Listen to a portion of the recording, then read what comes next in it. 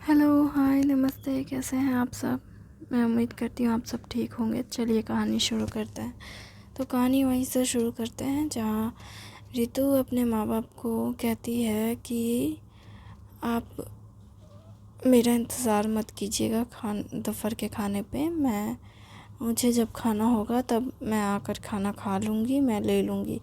आपको फ़िक्र करने की ज़रूरत नहीं है और मेरे कमरे के बाहर रॉक पेपर सीज़र खेलने की भी ज़रूरत नहीं है। और ये कहकर रितु अपने कमरे में चली जाती है और उसके मम्मी पापा दोनों एक दूसरे को देख रहे होते हैं कि इसे कैसे पता चला हम लोग ये कर रहे थे। तो उसके पापा कहते हैं कि ऑफकोर्सली हम उसके कमरे के बाहर ये सब कर रहे थे तो उसे सुनाई तो देता ही होगा। और ये बात वो दोनों एक दूसरे से इशारों में कर रहे होते हैं जहाँ पे वो कह रहे हैं। फिर उसके पापा कहते हैं हम इशारों में क्यों बात कर रहे हैं, वो तो चली गई।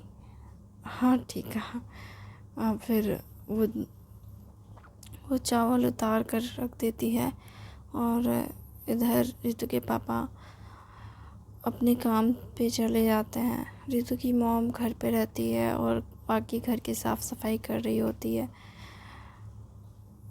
दोपहर के 2-3 बज जाते हैं लेकिन रितु खाने के लिए नहीं आती है और रितु की माँ टेबल पे इंतज़ार पहले करती है, उसके बाद खाना खा लेती है 3 बजते हैं जैसे ही।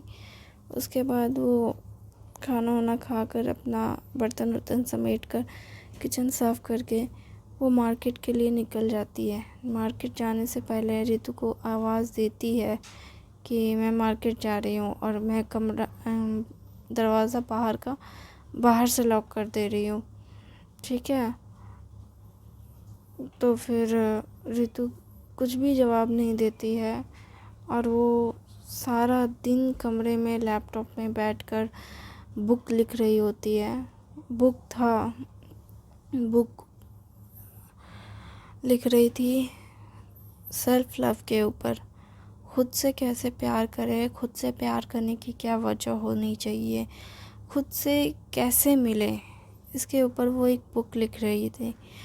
सारा दिन उसे लग गया बुक को सही तरीके से लिखने का तरीका ढूंढने में और उसे समझ नहीं आ रहा था। शाम हो गई तब उसे भूख लगी है और वो शाम को कमरे से बाहर निकलती है तो बहुत तेज़ बारिश हो रही होती है। बादल एकदम से घने काले। वो थोड़ा बहुत चावल और सब्ज़ी खाती है और उसके बाद कॉफ़ी बनाती है। बारिश में कॉफ़ी बहुत अच्छी लगती है। तो रितु अपने लिए एक शानदार सी ब्लैक कॉफ़ी बनाती है। पहले वो सोचती है मिल्क कॉफ़ी बनाऊं या ब्लैक कॉफ़ी बनाऊं, ब्लैक या मिल्क। फिर ये सोच कर फिर आखिर में वो तय करती है कि ब्लैक कॉफ़ी बनाती हूँ। और ये भी तय करती है वो अक्कड़ बक्कड़ करके। तो ये करने के बाद वो तय करती है कि उसे ब्लैक कॉफ़ी पीनी है और वो ब्लैक कॉफ़ी बनाती है और ब्लैक कॉफ़ी लेकर वो अपनी बालकनी में जाती है और बाहर का नज़ारा देखती है जहाँ बहुत तेज़ बारिश हो रही होती है। और बाहर का नज़ारा देखते हुए वो अभी को याद कर रही होती है कि अभी इस वक्त कहाँ होगा, क्या कर रहा होगा, क्या वो ठीक होगा या नहीं। वो फिर उसे फ़ोन करने के बारे में सोचती है। फिर वो अपना फ़ोन लेने के लिए कमरे पे आती है। फिर फ़ोन लेकर कॉल करने वाली होती है कि बाहर की घंटी बजती है। वो दरवाज़े पर जाती है तो आवाज़ देते हुए जाती है, कौन? तो उसके डैड कहते हैं मैं हूँ। ओ पापा, दरवाज़ा अंदर से बंद नहीं है, बाहर से बंद होगा। हाँ बाहर से बंद है, इसमें तो ताला लगा हुआ है। ताला लगा हुआ है? हाँ मम्मा बंद करके गई है। तुम्हें घर पे अकेला छोड़ बाहर से लॉक लगा के गई है, क्यों तुम बाहर अंदर से बंद नहीं कर सकती थी? अरे मैं बुक लिख रही थी इसलिए। तुम इतनी बुक लिखने में बिजी थी कि तुम्हारी मम्मा चली गई, तुमको पता भी नहीं चला? हाँ, मुझे आवाज़ मिला था मम्मी का, लेकिन मुझे समझ नहीं आया। शायद इसलिए वो बाहर से बंद करके चली गई। अच्छा, अब भीग गए हैं क्या? मैं आपको तौलिया दे दूँ क्या? हाँ, थोड़ा भीगा तो हूँ, लेकिन कोई बात नहीं, तुम्हारी माँ का इंतज़ार कर लेता हूँ। कौन सा ताला लगा हुआ है पापा? वो नया वाला ताला लगा हुआ है। उसकी डुप्लीकेट चाबी तो ड्रॉयर में रखी होगी ना? हाँ, रखी तो होनी चाहिए। अच्छा, मैं देखती हूँ, आप बाहर बैठो आराम से। बाहर बैठने के अलावा ऑप्शन ही क्या है? वो बाहर बैठते हैं और बारिश का मज़ा ले रहे होते हैं। जब रितु चाबी दरवाज़े के नीचे से सरका कर अपने पिता को देती है, तो उन्हें ध्यान पहले नहीं आता कि हाँ, रितु ने चाबी दी है। रितु आवाज़ देते हुए देती है कि चाबी दी मैंने, लेकिन वो बारिश देखने में इतना मगन थे कि उन्हें ध्यान ही नहीं था कि हाँ, रितु ने चाबी दी है बोलकर। फिर काफ़ी देर तक वो बारिश को एंजॉय कर रहे थे। फिर रितु एक बार चाबी देकर वो चली जाती है। फिर चाबी देखती है कि पापा घर ही नहीं आए। फिर वो वापस आती है और कहती है, पापा चाबी कहाँ है? चाबी? अरे मैंने आपको चाबी दी। अरे मैं तो बारिश एंजॉय कर रहा था। अच्छा, दरवाज़ा खोलिए, मुझे भी एंजॉय करना है। फिर वो चाबी से दरवाज़ा खोलते हैं और उसके बाद फिर बाहर का नज़ारा देखते हैं, फिर बैठ जाते हैं। रितु के पिता दरवाज़ा खोलते हैं और फिर रितु अपने पिता को टॉवल देती है। टॉवल देकर कहती है, आप जाइए घर में कपड़े बदल लीजिए, मैं बाहर का नज़ारा देखूंगी। रितु के पिता टॉवल लेकर के देह हाथ पोंछते हुए, सर पोंछते हुए अपने कमरे में जाते हैं और फिर कपड़ा चेंज करके फिर रितु के पास बाहर दरवाज़े पर फिर पास जाते हैं जहाँ रितु बैठी होती है। रितु के पिता रितु के बगल में बैठते हैं और फिर कहते हैं, अच्छा लग रहा है ना बारिश को इस तरह देखते हुए? हाँ, बहुत अच्छा लग रहा है। मम्मी होती तो ज़्यादा अच्छा लगता, हम तीनों कॉफ़ी पीते हुए। वैसे तुम्हारे हाथ में तो कॉफ़ी है ही। ब्लैक कॉफ़ी है क्या या नॉर्मल कॉफ़ी? ब्लैक कॉफ़ी है। हाँ, तुम कब से ब्लैक कॉफ़ी पीने लगी? स्ट्रेस है क्या? नहीं, बस एक बुक लिख रही हूँ। किस चीज़ के ऊपर? आपने कहा ना कि मुझे सिर्फ अभी की फ़िक्र है और किसी की नहीं, इसलिए मतलब तुम सोच रही हो इंसानियत के ऊपर बुक लिखने का। आपको कैसे पता? मैं अपनी बेटी को अच्छे से जानता हूँ। मुझे पता है मेरी बेटी को क्या पसंद है और क्या नहीं। अच्छा, हाँ, मैं इसी के ऊपर किताब लिख रही हूँ। अच्छी बात है, तुम बहुत अच्छा काम कर रही हो। इसके ऊपर एक किताब होनी ही चाहिए। वैसे इसके ऊपर बहुत सारे लोगों ने किताब लिख रखी है। हाँ, मुझे पता है। एक किताब तुम्हारी भी हो तो ज़्यादा अच्छा लगेगा। वैसे पहले भी तुमने ऐसी कोई किताब लिखी थी ना? हाँ, मैंने लिखी तो थी, लेकिन वो किताब इतनी भी अच्छी नहीं थी। पर इस बार मैं बहुत ज़्यादा कुछ लिखना चाहती हूँ। जैसे जैसे जैसे इंसानियत होनी कैसी चाहिए, और वो कैसी होनी चाहिए? इंसानियत सिर्फ वो नहीं होती है कि आप किसी की मदद कर दो। इंसानियत असलियत में खुद को बदलना होता है। मतलब इंसानियत अंदर से होनी चाहिए। मतलब आप हर बार मतलब क्यों पूछ रहे हैं? मतलब यही है कि इंसानियत तो हमारे अंदर होनी चाहिए ना। जैसा कि आपने कहा, मेरे अंदर इंसानियत नहीं बची। क्यों नहीं बची? मुझे क्यों सिर्फ अभी की फ़िक्र है और किसी की नहीं? हर इंसान ऐसा ही कर रहा है। उसे सिर्फ अपनों की फ़िक्र है और किसी की नहीं। पूरी दुनिया जाए भाड़ में, बस अपने मेरे ठीक रहें, अपने मेरे सुरक्षित रहें, अपने मेरे खुश रहें। जिन्हें वो प्यार करते हैं बस वो अच्छे से रहें। इससे ज़्यादा लोग किसी के बारे में नहीं सोचते। और जो लोग इनमें से भी ऊपर होते हैं, हद से ज़्यादा मतलबी, वो सिर्फ खुद के बारे में सोचते हैं।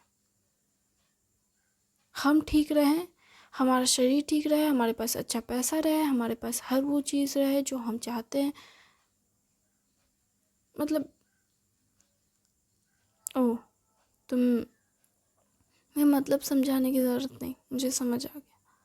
अच्छी किताब लिख रही हो, अच्छे से लिखना और खुद से हर बार सवाल पूछना कि तुम जिंदा क्यों? इसका क्या मतलब? एक बात याद रखना बेटा, इस दुनिया में हर इंसान खुद से ये पूछता ही नहीं है कि वो जिंदा क्यों है। इंसान को पूछना चाहिए खुद से कि वो आज खुश क्यों है, और आज अगर दुखी है तो क्यों दुखी है। इंसान अपने दुख, खुशी, किसी भी चीज़ पे सवाल खड़े नहीं करता। जिस दिन इंसान सवाल पूछना बंद कर देगा ना, उस दिन वो मर जाता है। सवाल करना बहुत ज़रूरी है।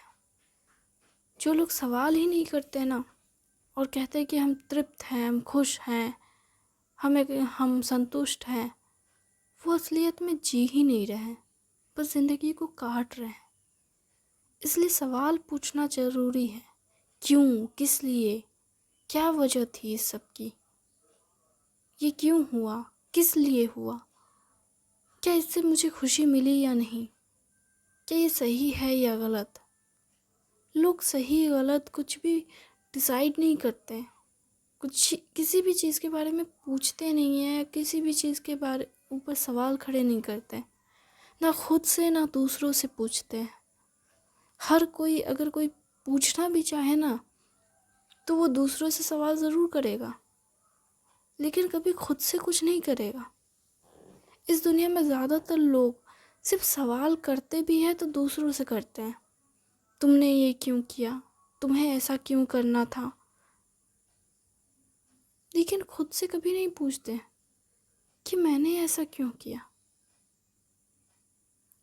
इस दुनिया में कुछ लोग ऐसे होते हैं जो हर चीज़ के लिए खुद को ब्लेम करते हैं, और इस दुनिया में कुछ ऐसे लोग होते हैं जो हर चीज़ के लिए दूसरों को ब्लेम करते हैं।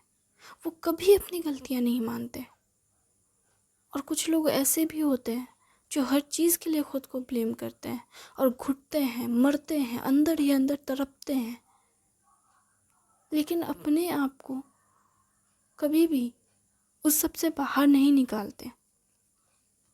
तो इसका सही जवाब क्या है? सही जवाब ये है कि ये वो वक्त ऐसा था जो हो गया, उसे जाने दो, उस वक्त को जाने दो, उस उस दर्द को जाने दो, उस खुशी को जाने दो। खुशी हमेशा नहीं रहती, दर्द भी हमेशा नहीं रहता। तो फिर क्यों इंसान हर चीज़ को पकड़ कर रखता है? उन सबको जाने दो, आगे बढ़ो, क्योंकि आगे बढ़ोगे तभी तो तुम्हें पता चलेगा कि आगे और दुनिया कितनी बड़ी और कितनी खूबसूरत है। लोग बढ़ना ही नहीं चाहते, वहीं रुक गए हैं। तो आपको लगता है कि आगे बढ़ने के लिए क्या करना चाहिए? आगे बढ़ने के लिए पहले खुद को और फिर दूसरों को माफ़ कर देना चाहिए। जो लोग सिर्फ खुद को ब्लेम करते हैं, उन्हें खुद को माफ़ करना चाहिए और कहना चाहिए खुद से कि जो हुआ वो बस हो गया, इसमें किसी की कोई गलती नहीं थी, मेरी भी नहीं। और जो लोग दूसरों को ब्लेम करते हैं, उन्हें खुद से ये कहना चाहिए कि बस बहुत हो गया, अब और नहीं, और गलतियां नहीं। खुद को थोड़ा गलत मानकर माफ़ी मांग लेते हैं, और अगर नहीं तो दोबारा उस गलती को ना दोहराएं। ये ज़रूरी है खुद को एक बेहतर इंसान बनाने के लिए। माफ़ कर देना और माफ़ी मांग लेना ज़रूरी है, खुद को भी और दूसरों को भी। थैंक यू पापा। मैं कब से परेशान थी, मैं पूरा दिन लगाकर ये सोच रही थी कि मैं क्या लिखूं, कैसे लिखूं, क्या मुझे ये लिखना भी चाहिए या नहीं। मुझे समझ नहीं आ रहा था। अगर तुम्हें कोई प्रॉब्लम हो तो मुझे बता देना। आप ऐसे लोगों से मिले हो? हाँ, मैं मिला। मैं अपने काम के दौरान हर तरह के लोगों से मिला, अच्छे बुरे, हर तरह के लोगों से। इसलिए मैं जानता हूँ कि इंसानियत क्यों ज़रूरी है। और इंसानियत अगर पूरी दुनिया में हो ना, तो कभी इंसान धर्म, जाति, इन सब के बारे में नहीं सोचेगा। भगवान ने इंसान को बनाया, इंसान ने भगवान को नहीं। वैसे ये जाति बाती सब इंसानों की देन है, भगवान ने नहीं बनाए। भगवान ने सिर्फ इंसान बनाए थे। ये धर्म इंसान ने बनाए, और ऐसे धर्म बनाए कि उन धर्मों के चक्कर में उन्होंने इंसानियत को ही बांट दिया, और ऐसा बांटा कि इंसानियत ही मर रही है आज। और वो सोच भी नहीं सकते कि इसका अंजाम क्या होगा। इसका अंजाम बहुत दर्दनाक होगा बेटा। अगर इंसानियत ख़त्म हो गई इस दुनिया से ना, तो कभी कोई इंसान खुश नहीं रहेगा। खुशी क्या होती है लोग कभी जान ही नहीं पाएंगे। हर तरफ दुख, तकलीफ़, इंसान किसी पे भरोसा ही नहीं करेगा। भरोसा और उम्मीद, प्यार, ये सब इस दुनिया से जैसे गायब हो जाएंगे। आज ही देख लो ना, आज के डेट में कोई किसी पे भरोसा ही नहीं करता। अपने अपनों पे भरोसा नहीं करते। अपने सोचते हैं कि कहीं मेरे अपने ही मेरे को नुकसान ना पहुंचा दे, कहीं मेरे अपने ही मेरे पीठ में छुरा ना भोंक दे। हर कोई डरा हुआ है, हर कोई सहमा हुआ है। कोई दिखाता नहीं है, पर हर किसी के अंदर एक दर्द है। वो कहता है ज़रूर कि वो ठीक है, पर वो ठीक नहीं है। दुनिया के लिए वो बस एक इंसान है जो जी रहा है अपनी ज़िंदगी सुकून से, लेकिन वो सुकून में नहीं है। वो बस दिखा रहा है कि वो सुकून में है, पर वो सुकून में नहीं है। इस दुनिया में हर कोई दिखावा कर रहा है, पर इस दिखावे में कितने लोग खुश हैं? वो लोग जो दिखावा करके खुशी महसूस करते हैं, या वो लोग जो दिखावा करने के बाद पूरी दुनिया को ये दिखाते हैं कि वो बहुत खुश हैं, लेकिन उसके बाद वो रोते हैं, तड़पते हैं किसी अपने के लिए, किसी अपनों के प्यार के लिए। क्या सही है क्या गलत वो सोच भी नहीं पाते, बस दिखावा कर रहे होते हैं। लोगों के सामने हंसने का, लोगों के सामने मजाक बनाने का, खुद का और दूसरों का। बेटा, ये दुनिया जैसी दिखती है वैसी है नहीं। इस सब में बहुत दर्द है, लेकिन इस सब में बहुत सारी खुशी भी है। जो दर्द को देखते हैं वो सिर्फ दर्द को जानते हैं, जो खुशी को देखते हैं वो सिर्फ खुशी को जानते हैं, लेकिन जो हर चीज़ को देखता है वो हमेशा ज़िंदगी में आगे बढ़ता है। दर्द और खुशी दोनों एक ही सिक्के के दो पहलू हैं। आप क्या देखते हो या आप पे है, समझे? शुक्रिया। आपने अपना कीमती समय मुझे दिया, उसके लिए मैं उम्मीद करती हूँ कि ये कहानी आपको पसंद आ रही होगी। Thank you very much.